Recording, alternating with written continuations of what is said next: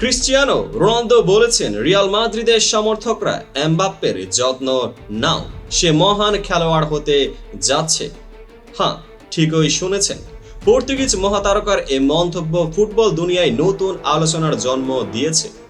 Ronaldo নিজে এমবাপ্পেকে নিয়ে এতটা আশাবাদী কেন? চলুন আজকের এই ভিডিওতে বিশ্লেষণ করা যাক। এমবাপ্পের রিয়াল মাদ্রিদে যাত্রা স্বপ্ন না চ্যালেঞ্জ? ক্লিয়ান এমবাপ্পের ফুটবল জীবন যেন রোনালদোর প্রতিচ্ছবি। ছোটবেলায় এমবাপ্পের রুম জুড়েই ছিল রোনালদোর পোস্টার।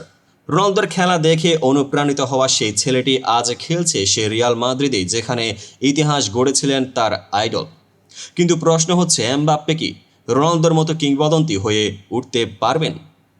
এমবাপ্পের ক্লাবে মানিয়ে নেওয়ার লড়াই।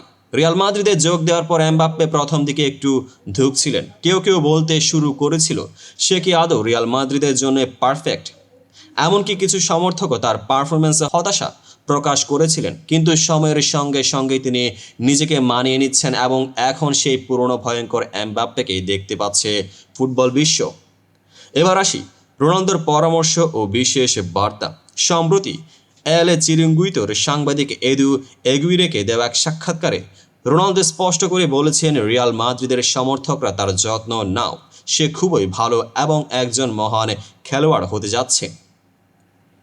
রোনালদো আরও বলেন, রিয়ালকে অবশ্যই তাকে সাহায্য করতে হবে, রক্ষা করতে হবে। এতে কোনো সন্দেহ নেই যে সে সমর্থকদের অনেক আনন্দের মুহূর্ত এনে দেবে। এখন যদি আমরা বিষয়টাকে একটু ড্রামাটিকভাবে দেখি, তাহলে এই মুহূর্তটা অনেকটা রোনালদোর হাত থেকে এমবাপ্পের হাতে মশাল তুলে দেওয়ার মতোই। একসময় রোনালদো রিয়ালকে ইউরোপ শাসন করিয়েছিলেন, এখন সেই দায়িত্ব এমবাপ্পের কাঁধে।